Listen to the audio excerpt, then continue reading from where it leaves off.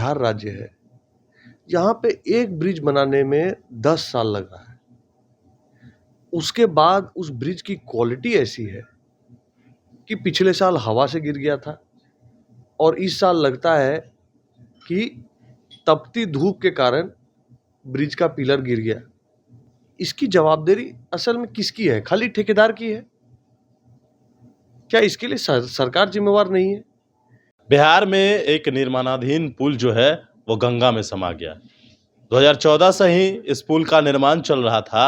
एक बार पहले भी इस पुल का जो स्लैब है वो गिरा और फिर से अब दोबारा 4 पाया गंगा में समा गया। इस मुद्दे पर हमारे साथ बातचीत के लिए भारतीय जनता पार्टी के नेता ऋतुराज सिन्हा हैं। उनसे जानते हैं कि आखिरकार बिहार में अक्सर ऐसा क्यों होता है कि पुल या तो हवा में चली जाती है या तो नदी में बह जाता है, ऐसा क्यों?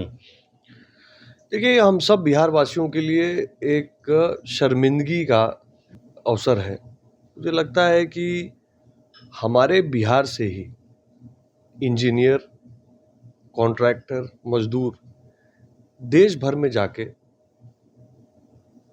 मोदी जी की सरकार के तहत नितिन गडकरी जी के मंत्रालय के अंडर जिस तरह का विश्व स्तरीय एक्सप्रेसवे बना रहे हैं, टनल बना रहे हैं, एयरपोर्ट बना रहे हैं, वो सबके नज़र में 24 महीने 36 महीने में बड़ा से बड़ा प्रोजेक्ट हो जाता है।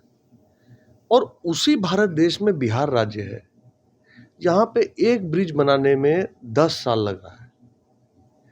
उसके बाद उस ब्रिज की क्वालिटी ऐसी है कि पिछले साल हवा से गिर गया था और इस साल लगता है कि तपती धूप के कारण ब्रिज का पिलर गिर गया, क्योंकि इसकी तो जांच हो चुकी है। जांच के उपरांत जो है सुधार इसमें चल रहा था। भगवान जाने किस टाइप की जांच हुई और क्या कार्रवाई हुई।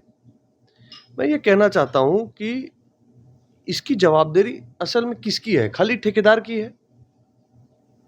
क्या इसके लिए सरकार जिम्मेवार नहीं है? मान लीजिए वो तो भगवान ने बचाया, उस पुल पे अगर यातायात शुरू होने के बाद ये हादसा होता तो क्या कांड हो सकता था, इसकी कल्पना करिए। तो सरकार को कहीं ना कहीं इसकी जिम्मेवारी लेनी पड़ेगी। बिहार में अगर विकास का यही मॉडल है तो हम सब 13 करोड़ बिहार वासियों के लिए ये दुखद है। ठीक है, ये बात आप कह रहे हैं, लेकिन कहा यह जा रहा है कि जब ये पुल शुरुआत हुई 2014 में, उसके बाद फिर से सरकार बदली, फिर दोबारा भारतीय जनता पार्टी के साथ नीतीश कुमार चले गए, फिर महागठबंधन के साथ आ गए। इस तरह का आरोप चल रहा है अभी बिहार में, लेकिन नुकसान किसका है बिहार में? देखिए, फेरबदल बिहार में जो भी हुई हो गठबंधन की, 18 साल से बिहार में मुखिया नीतीश कुमार जी ही हैं, ये बात भी सत्य है। तो जिम्मेदारी किसको लेनी होगी? अगर अच्छे काम का यश माननीय मुख्यमंत्री जी लेते हैं तो इस तरह के कांड की जिम्मेवारी भी कहीं ना कहीं, जवाबदारी भी कहीं ना कहीं उन्हीं पे आती है। लेकिन मुख्यमंत्री ने आज आपके कई नेताओं पर हमला भी किया है। सुशील मोदी हों, सम्राट चौधरी हों, इन तमाम लोगों को लेकर उन्होंने कहा है कि इन लोगों को पहले आरजेडी में थे, फिर भाजपा जेडीयू में आए, भाजपा में गए, इन लोगों के बोलने का कोई मतलब है नहीं। लेकिन जो पुल गिरा है उसकी जांच होगी। क्या जांच होगी? पहले भी जांच हुई थी। नहीं, देखिए, हर एक चीज पे हम राजनीति करके उसको, मैटर को ब्रश असाइड कर देते हैं, लटपटा देते हैं, उसको जनता को कंफ्यूज करने का काम करते हैं। मूल बात क्या है? मूल बात यह है कि बिहार की जनता को एक पुल बनने के लिए 10 साल इंतजार करना पड़ता है, प्रथम बात। दूसरी बात कि पुल निर्माण की क्वालिटी ऐसी होती है कि उस पे बड़ा हादसा हो सकता था, जिसमें जान भी जा सकते थे सैकड़ों के। तो इस परिस्थिति में मुद्दा ये नहीं है कि कौन किस पार्टी से आया और किसने क्या किया। मुद्दा ये है कि प्रशासन किसके हाथ में है।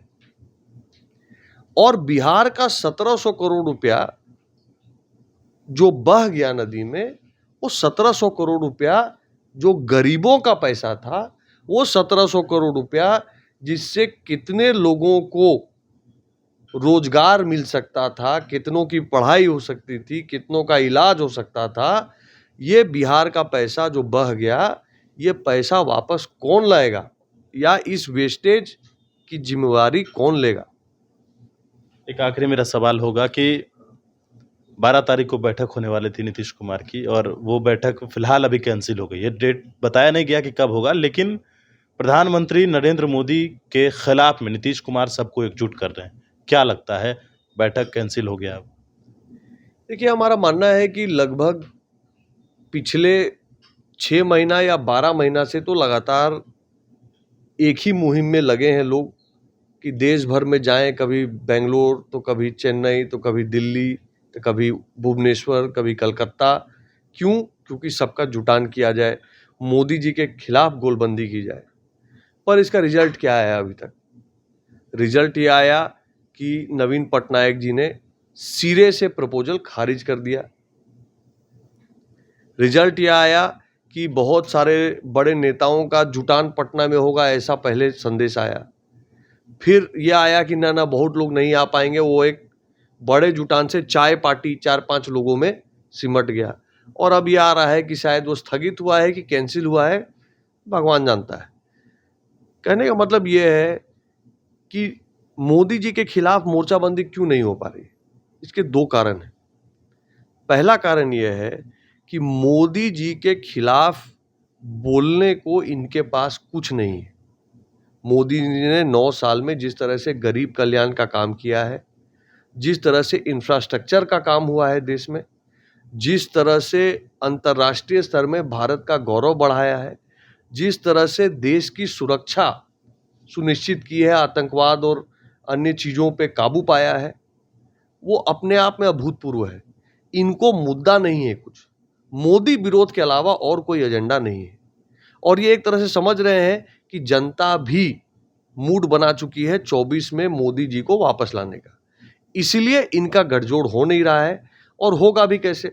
राहुल गांधी जी को क्या ममता बनर्जी जी बंगाल में 10 सीट 20 सीट देंगी लड़ने के लिए कांग्रेस को? क्या नीतीश जी, लालू जी मिलके 10-15 सीट दे देंगे कांग्रेस को यहां लड़ने के लिए बिहार में? तो भाई, कांग्रेस भी तो इस बात को समझ रही है कि आप देना कुछ चाहते नहीं है और गठजोड़ की बात करते हैं कि मुख्यमंत्री नीतीश कुमार जी हो जाएं या कोई अन्य हो जाए।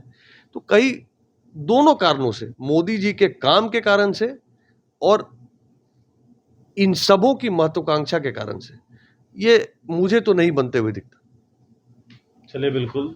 तो जो सवाल थे हमने इनसे लिए हैं। सीधे तौर पर इन्होंने बताया है, जिस प्रकार से प्रधानमंत्री नरेंद्र मोदी की अगर बात की जाए कि उनके खिलाफ एकजुटता की बात हो, या बिहार में लगातार पुल जो ढह जाता है, बह जाता है, इन तमाम विषयों को लेकर इन्होंने विस्तार से जानकारी दी है। और सीधे तौर पर जो बातें कही जा रही है कि नीतीश कुमार एकजुट करेंगे या नहीं, अब देखना है कि आखिरकार आगे होता क्या है।